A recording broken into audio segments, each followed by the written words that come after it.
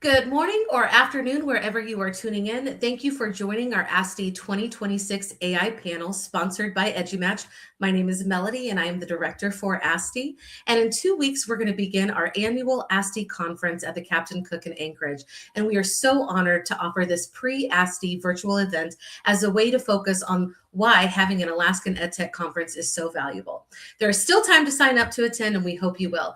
I want to thank Dr. Sarah Thomas, CEO and founder of EduMatch, for believing in our organization to be a sponsor. I have known Dr. Thomas for a number of years, and she is a valuable leader in our worldwide educational community. She is an award-winning leader with the ASTE Making It Happen Award, Outstanding Leader Using Technology by the Maryland Society of Educational Technology. And I'm so excited for you to moderate this panel and hope it's just the first of many that we do together with our different organizations. Dr. Sarah Thomas, how are you doing?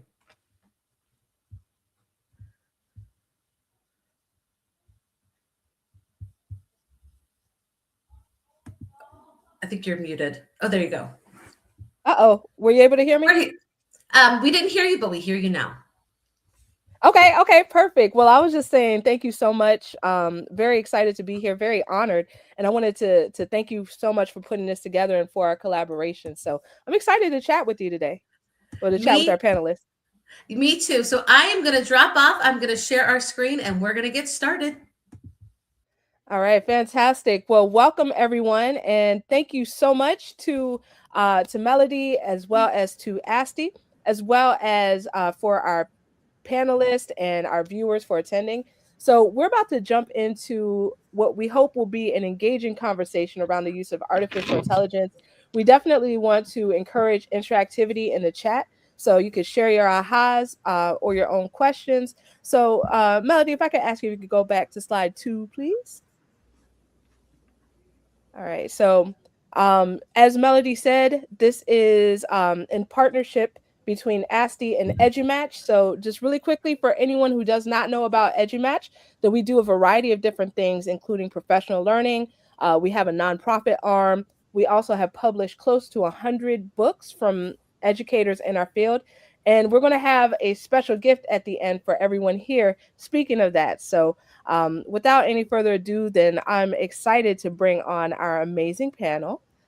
So we're going to do some panel introductions really quickly, and y'all are in for a treat because we have some amazing panelists today, some internationally renowned experts and folks who have crafted policy and presented on this topic of artificial intelligence. So we have la creme de la creme, as my mom would say, here today. So I'm going to go ahead and first throw it over to Anthony White. If you could please introduce yourself. Yeah. Hello, everyone. My name is Anthony White. I'm the ASTE board president. Very excited to be here with you all and with this panel. I also work for the Alaska Department of Education Early Development. I'm the computer science content specialist for the Innovation and Education Division of the department, and I have had the honor of helping develop an AI framework for the state, convening together educators and thought leaders throughout the state to develop this framework. And the framework is a living document. It is definitely not set in stone as this technology continues to advance at a very rapid pace. And I do feel that a lot of what we're going to learn at the ASTE conference and in this conversation alone is going to help us to continue to develop that that framework as much as we can. So very happy to be here with you all. We are very happy to have you with us, and you are so right. This is evolving at a breakneck speed, so definitely remaining flexible. That's one of the best things that we can do as educators in this space. All right, so we are next going to go to Jornea Armant. So Jornea, if you could please introduce yourself. Hey, it's your girl, Jornea, the savvy educator. Happy Sunday, everybody. I am so glad to be here. Right now, I am working as a senior program manager for Milestone Technologies in support of Google for Education. So all of the wonderful Google Gemini certifications and AI courses, I am working behind the scenes to make sure that those are readily available and encouraging the community to take those courses and certifications. My background in education started off as a second grade teacher. I've been an administrator. I've worked as an instructional coach. That's where my heart is, coaching educators. And then I kind of transitioned into educational technology as an instructional technology specialist for the State Department of Education in Alabama. And from there, I started working at a little startup called Flipgrid. You may have heard of it. Shout out to some of my Flipgrid family that's here watching right now. And from there, worked at Microsoft on not only Microsoft Flip, but also Copilot efforts. And so I'm going to try to bring in my experience in all those phases of education to really ground us in what I think is important. These conversations, which needs community. So this is a wonderful community with ASTE as well as EduMatch. So please be active in the chat. If you have insights and questions, please pop those in there. That'll also make this conversation so much better. So glad to be here.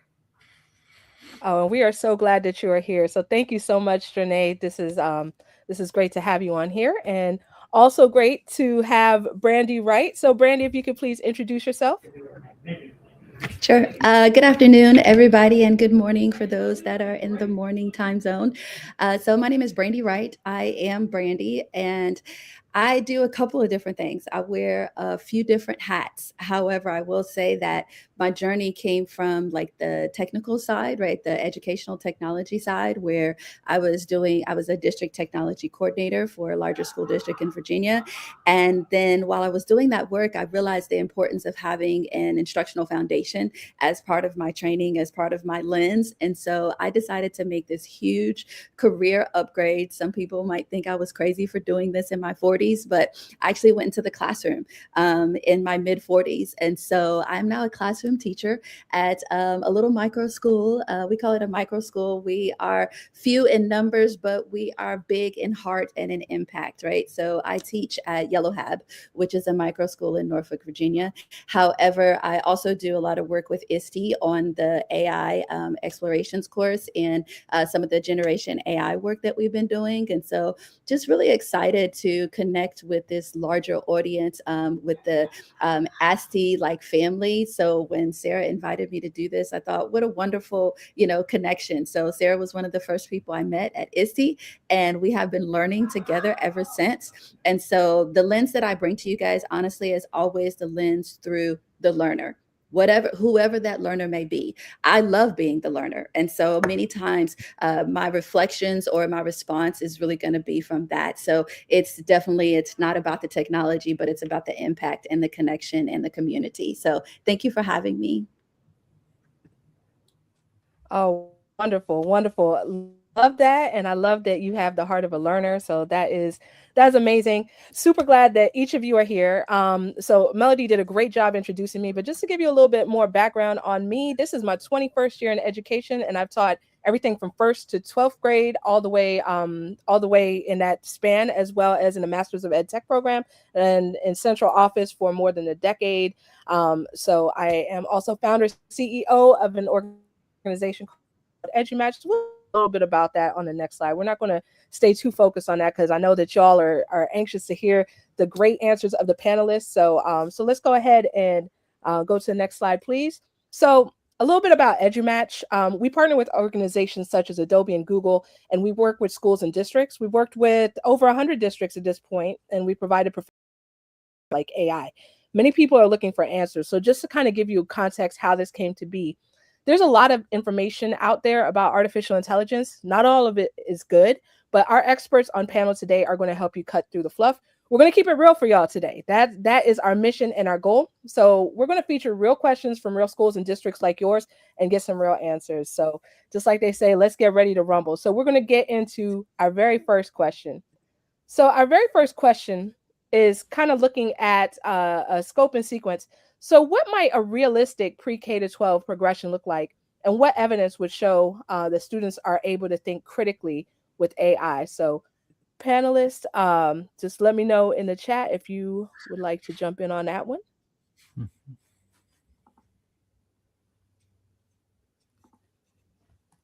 Don't be shy. All right, great. Let's go first to Brandie. Yeah, so I just wanted to jump right in.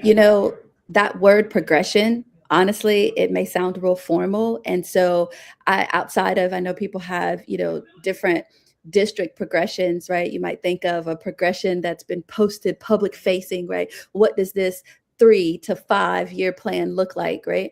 But I would like to just bring it down just a little bit, right? So my progression is, when it comes to the students and showing that they can think critically, is where is home base? So home base is the classroom when it comes to them. Like, for, even though we would love for it to be the family, but the reality is that many times ground zero for them, how they think around AI, is at school. So that progression looks like, how are we introducing this to them in a real scenario, not what they see in media, not what they see in the games that they play, not what they see, in different areas, but what does this really look like? How can you use AI to, when it comes to your questions, and then causing you to ask more questions? How does it cause you to look at something and weigh it? Is it real or is it not? There's nothing wrong with asking questions, right? I met someone a few weeks ago, and they said that when their kid was in preschool, the teacher said, "Your kid is asking too many questions. This is a problem." That's not a problem. We want them to ask the questions. So what does the progression look like? Is that you would seek out the answers to your questions, but also ask more questions. So as you ask more questions, you're going to learn more. One of my really strong teachers told me that the actual power is in your questions. So I would love to see the progression in, to see how they begin to ask the questions to AI, or whatever it is that they're researching, to the source, so that it develops their critical thinking, so that it develops their problem solving skills, so that it actually develops their creativity. So I would say that the progression, not so much in stages, but just to see that they're actually moving from ground zero to the next level, with the assistance. I love that, I add Brandie. that. Yes. So let's go next to Jornea. Yes, I love that framing. Working at the Alabama State Department of Ed, I remember like when the computer science standards came out, and we started talking about those progressions across the board. And I think many states right now are thinking right now about the progressions when it comes to AI. Being a former second grade teacher, the foundations are highly important. And I think for our littlest learners, even pre-K students, just being aware of what is out there, the technologies that they are naturally using, right? I'm just so blown away that like a 2-year-old can navigate, a tech device, but we need to start having conversations with them, and we build that through their curiosity, right? Curiosity will lead to those questions being asked. Curiosity will lead to them wondering, like, what next? What could they create? I'm going to give a shout out to an educator right now. His name is Brian Lopez. He's in California. And this past January, I attended FETC, and he was sharing about the wonderful things he's doing with his students in AI. And once again, it starts off with those questions. How can we make something better? What questions can we ask to get a different result? And really understanding how those technologies are helping them to learn, right?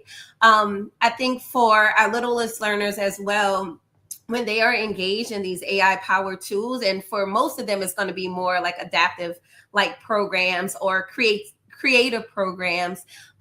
It's building those foundational skills with literacy along with their technology skills as well. So maybe they are the ones that's identifying, okay, this is something that was generated by AI, and this is something that might have been human created, right? But once again, they have to be able to ask those questions to get to that directed state with AI.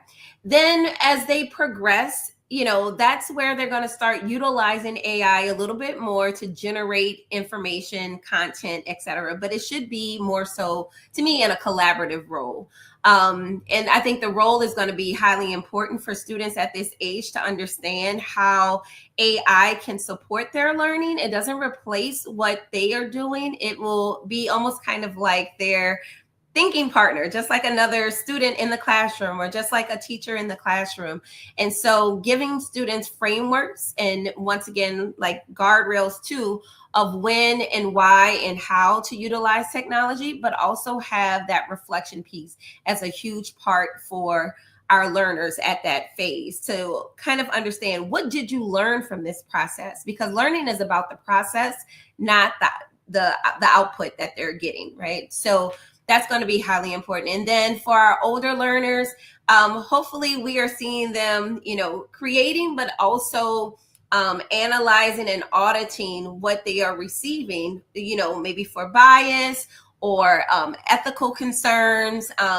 We want them to really be able to think critically about how they're utilizing this technology and the outputs that they are getting, and they are the ones that are in control and making the choices for the next steps. So to kind of sum it up, I would say, like, the earlier students, it's more kind of like directed with AI, whereas like, middle-aged students, they are really thinking critically and how AI can support them in their learning. And our older students, hopefully they are the ones that are super empowered in utilizing these tools to change the world. Absolutely. Love that. Love your insights thus far. All right. Anthony? Yeah, it's a fantastic question. Everything that's been shared really hits on what I've been thinking about a potential progression for the use of artificial intelligence in K-12 schools. I think a realistic progression would move from awareness to collaboration to creation. Enabling creative expression is our ultimate ability as human beings and what we are capable of sharing out with the world and advancing our knowledge. I think, breaking it up into the different grade levels of early elementary or elementary school to middle school to high school, you could have various progressions, and you're not limited to those particular grade ranges. For example, in elementary school, you would help the students understand what is AI generated versus what is human generated. What are we creating as humans? Or what are we creating as humans with the support of AI, and how is that being changed? I think that ability to be able to identify what is computer generated versus human made is an essential basic digital citizenship skill. Really, really important in this day and age, as we see lots and lots of content being created on social media platforms, on major news networks, and movies. And we question and wonder, what is reality anymore? It's almost as if we live in a post-reality society, which is kind of scary to think of. So allowing students the opportunity to critically analyze those things, and what do you do with that information once you know if it is human made or if it is made by a computer, and what are the reasons behind it? Why would someone want to make that? What are the purposes behind it? In middle school, we could then shift to AI as a kind of co-pilot. Look, kids were using AI in a sense before similar technologies, aka Google, in the past to find information. Before that, when we were in school, it was going to the library and looking up encyclopedia. This is information someone else has already generated and created, and we're learning how to critically analyze that information. So students being able to understand how to use AI to brainstorm or for potential feedback, and feeding off of what they were learning in elementary school is understanding how AI can be wrong, how that information can be misleading, or the information could have a certain bias to it that may not represent all thoughts and beliefs and backgrounds and all those things, and how to be able to critically analyze the information that AI is putting out. And then in high school would be fluency and ethics, really delving into the ability to create prompts, critique outputs, really critique the information, and understand the bias and architecture behind the tools that folks are using. You know, students should not necessarily be using it to turn in a final essay, but I would argue the point of why are they writing an essay in the first place? Why?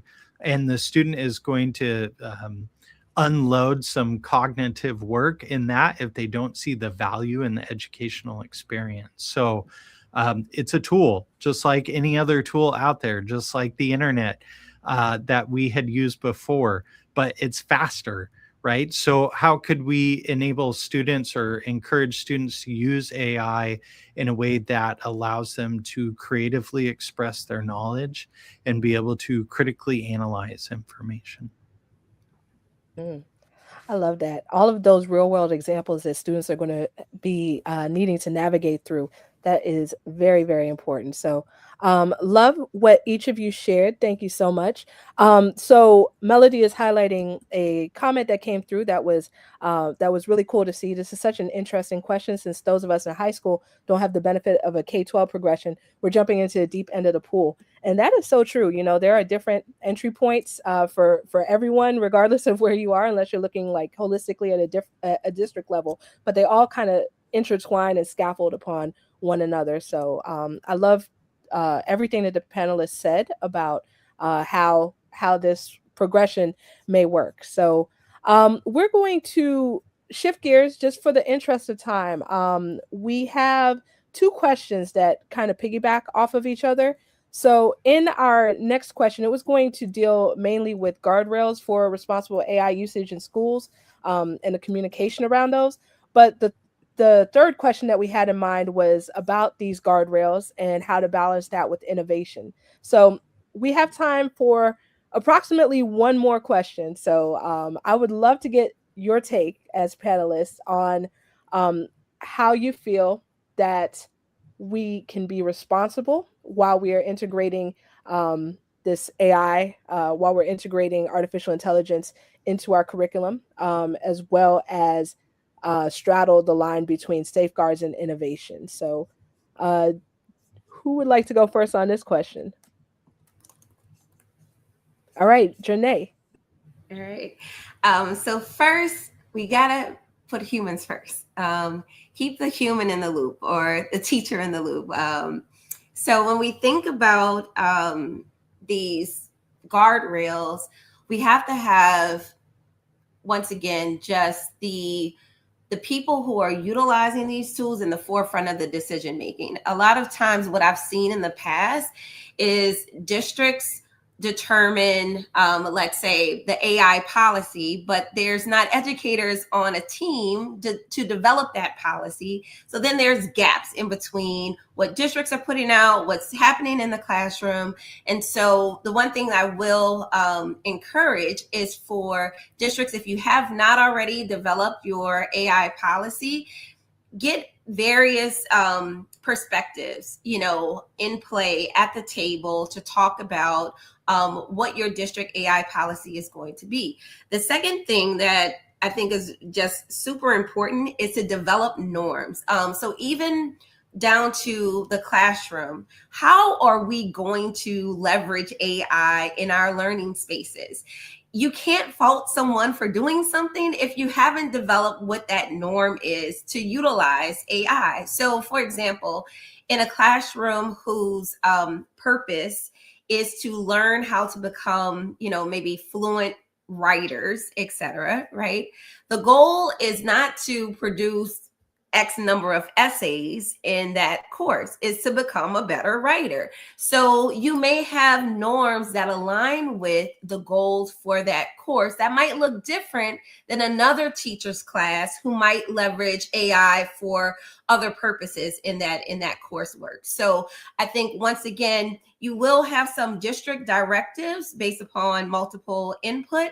But for the individual teachers and courses that they're teaching, they also have to think critically about norms that will set the tone for their classroom of how AI would be utilized. So that's two things that I'm going to say, and then I'll pass it on to the next person.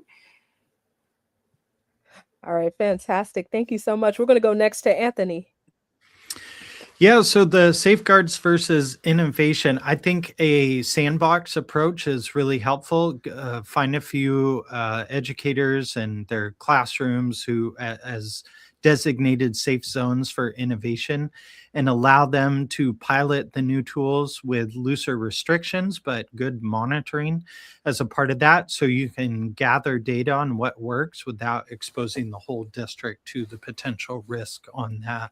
And I think the educators who really want to get involved with that could really go far with the possibilities. And along those lines, I think the policies that say no, cut off your nose to spite your face, that really should be a yes if policy, right?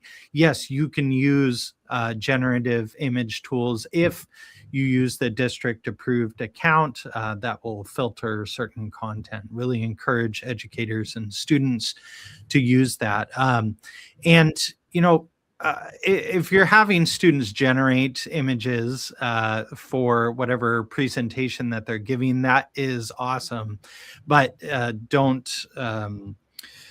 throw away the possibility of creative expression in more traditional methods with students. So have those opportunities available for those students who are artists, the students who want to draw, who want to take pictures, who may want to do mixed media sort of deal that combines artificial intelligence with something that they create. And that brings me into the really important idea, which was discussed before, of the human AI human interface. The human should always start the process, right? Human input is the start of the process. Think of it like a human sandwich, except we're not going to eat it. Context, personal experience. Then at the end is the critique and the synthesis of the information. And in the middle is the AI, which is kind of helping handle the messy middle part. So if students are creating a presentation to kind of document what they are learning, that the AI could kind of help them with the process, but ultimately they're in charge of what is presented at the end. And they could take the information from AI and toss it in the trash and be like, nope, I do not like that. I've done that many times myself, but it helps get those creative juices flowing. I do think bringing back oral defense for students is pretty important. That's an authentic task. They may not have access to AI while they do kind of a viva voce experience where they explain their reasoning, proving that they know the material better than the input has been written out by AI. So they really have to synthesize that information. Writing is always key, and problem solving. Authentic problem solving opportunities is so essential. And my gosh, I wish we could have more opportunities for students to create solutions to problems that are in their community, problems that exist around them that are affecting their families and their communities. And this technology is here. And for the most part, it is free for them to pretty much do whatever it is that they want to do with the support of artificial intelligence. Absolutely. Fantastic. All right, let's kick it over to Brandie. Thank you. So what a great tee up from the other panelists. So I will say that the first part I want to start with is the two things that are really necessary are clarity and connection. So we started off talking about the importance of creating norms and community agreements, right? And who's a part of those community agreements and those norms? Who are the, invested people? Who are the stakeholders? Everyone is a stakeholder. So ensuring that with clarity, you are communicating whatever the norms are and the expectations are. So, and again, I love what Anthony said. He said, yes, if. So yes, if. So that's clarity. This is clear. Yes, you can do this if you do that, right? You are making, and then you're making the connections. So to make the connection between where you are and where you're going. What is the connection on why? The connection is how, right? So how are you using AI and why? Again, and I love what Anthony said, the bringing back oral, defense. So that's actually what I plan on doing for this upcoming semester for my 7th and 8th graders. I am shifting my class into a debate. So now it's going to be around debate. And each week we will be debating a particular term around technology, because that's our term theme. So what they're going to have to do is, you may use AI, but then I need you to debate against that and figure out, so how do you know what's real and what's not? Where are the loopholes? Where is the cultural, relevancy, right? Where's the bias, like what we said earlier? So because we know that it's there. We know that there are some things there that aren't true. There's some great things. So again, with clarity, we want to communicate to our learners. With clarity, we want to, the leadership needs to communicate to the community with clarity, right? The leadership, the district leadership, the state leadership. I love how, these states are coming up with what does the state say? What does the Department of Education at the state level say about the use of AI in education? So, and when that comes with clarity, what you'll see is innovation, because with clarity, it opens it up for innovation. You don't feel like this is a no automatically. The clarity opens up the mode for communication, innovation, for people to really push past their boundaries, for them to feel like, well, no, this is actually a benefit. This is not something that's coming down that's going to hinder the learning. This is not going to hinder the classroom, environment. This is not going to hinder creativity, but it's actually going to open it up. So I truly do believe that if these things are communicated with clarity and you make the connection, we know for sure that when a student feels connected to whatever it is that you're teaching, they'll be motivated to do it. You won't have to chase them down. You won't have to tell them what they can and what they cannot do, because they're connected to the purpose. So again, clarity and connection. I love that. And with EduMatch, we're huge fans of connections. So that is an amazing way to round us out. So before we go, just wanted to throw it back to y'all one last time, just for any final words that you have. And as well, if you could share how folks can stay connected with you, because you all three of you are phenomenal. And I'm sure that people want to continue learning and growing with you. So let's go first to Jornea. All right. I guess my final words to leave everyone is to remember that innovation should always protect the learning process. So there's a science behind why we learn. So if the innovation is going to replace something, we're missing the mark there, right? So definitely think about that, have that in the back of your mind. And as our other panelists shared about changing the types of ways that we are asking students to show their learning or their assessments, et cetera. Think about how you can leverage AI for those scaffolding supports to get students to be able to master, knowledge and skills in a way that maybe they could not have beforehand, or make it more possible for many of our students. You can stay connected with me on all the socials. I'm on LinkedIn with Jornea Armant, and also on Facebook, on Instagram, on X as Savvy Educator. I would love to continue the conversation. This time was just so short. I wish we had more. Absolutely. Thank you so much, Jornea. All right. Next up, Anthony, any last words from you and how to stay connected? Yeah. So, I mean, there is so much out there with this technology, and it truly is moving at breakneck speed, and it's hard to keep up. So just try what you can, try a little bit, dip your feet in the water. Don't try and assume that you could do all of it. Some of those things that are really key is the ability to know how to prompt effectively, to be able to get out what you need from the AI. And then if you're not getting the results that you want or that you need, that it's okay to say that this output is garbage and you could just throw it away and go the old route of just writing it down or talking with someone else or having a conversation with other educators like we are today.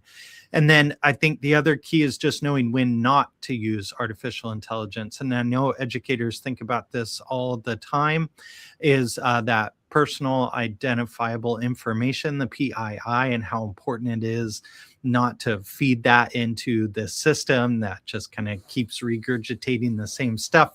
And that's really important. And then cultural information. I mean, I think about this a lot in Alaska and how we would love to have Alaska Native populations in the state find ways to effectively and innovatively utilize artificial intelligence. But is there a want and need, and do they want to feed their information into this system?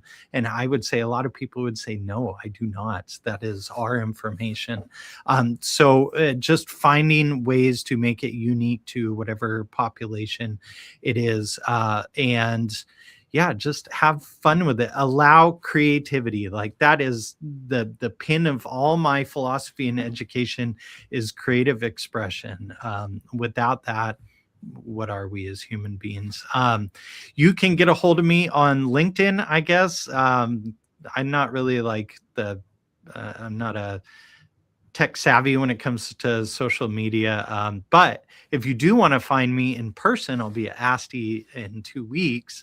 But you could also find us on our Facebook page. We have a group that we coordinate, and yeah, would just love to stay connected with you all. Anthony.white@aste.org if you want to shoot me an email.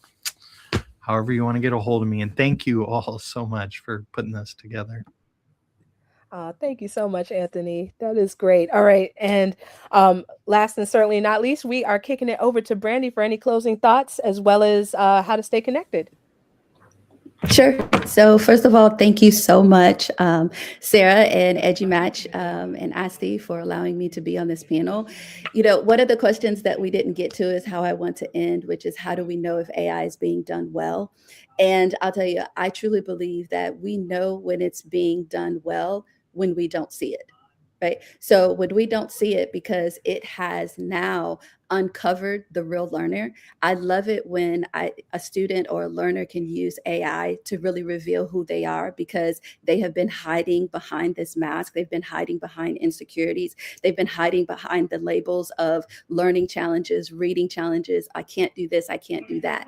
So when AI is actually the one that reveals the true learner, that's when it's being done well. I believe that when AI really allows someone, their voice to be heard, when the silent is no longer silent, that they're actually being heard loud and clear, that's when it's being done well. So you can get a hold of me on LinkedIn under I am Brandie. I'm sure they'll drop the link, or on Instagram. I'm at Live and Move. I'll be honest, I'm probably more active on LinkedIn than any of the other ones, but you can also find me at ASTE in Orlando. If you guys come in June, I will definitely be there live in full effect. Thank you. Excellent. Excellent. Well, I wanted to thank you all again for your amazing work. Mel, if we could bring up the slideshow one more time. I just wanted to invite everyone to continue the conversation. Let's keep the conversation going. We're going to have a webinar. EduMatch will be having a webinar on February 19th. So it'll be at 12 o'clock Eastern time, which I believe is 8 a.m. So it might be a little early for y'all in Alaska time. However, we would love to have you there if you are awake and ready to go, and or if you want to just sign up and grab the recording. So I'll drop a comment in the chat, but you can sign up for this conversation. So as many of our panelists touched upon, then we always want to keep the human in the loop when it comes to artificial intelligence. So this webinar will be all about that. And in the webinar, it's going to be a practical roadmap, for school and district leaders to set AI direction, reduce risk, and build community trust, among many other things. So it's definitely free. So just sign up. And just FYI, we're on a new platform. So the confirmation email may not come just yet, but we'll circle back and make sure that you're sent the confirmation email. But once you sign up, then you'll be able to add it to your Google Calendar, and you'll have the link and everything there. So let me see. I think that my thing bounced back, so my apologies for that, but dropping it in the chat one last time. Okay. All right. It didn't come through. However, it's right there on the screen for you all. So edumatchers.org/webinar-registration. So hope to see you there. In addition, just wanted to thank everyone one more time. So if we could please go to the next slide. Thank you so much. So wanted to thank each of our panelists. It was such an honor to learn alongside of each of you. Wanted to thank ASTE. I wanted to thank Melody for her insight and the conversation and being a thought partner in this space. And wanted to thank all of you for being here and participating in this discussion, which we hope that you have found helpful. So one last thing on the next slide, if you could please either scan the QR code or go to the website talk.ac/EduMatch and just enter code ASTE when prompted. And then what that will do once you fill out the evaluation, then it is going to unlock a free gift to each of you, which is a PDF copy of our last published book thus far. We do an anthology every year, Snapshot of Education, where educators just like you have posted about different topics, including artificial intelligence, including equity, including leadership, some great topics in there. So once you fill out that evaluation, then you will have a copy of EduSnap. And if you want to stay connected, our very last slide is just how to get a hold of us at EduMatch, as well as to sign up for ASTE. So wanted to thank you all so much for being here today, and have a wonderful rest of your Sunday. All right, take care, everyone. Bye, everyone. Have a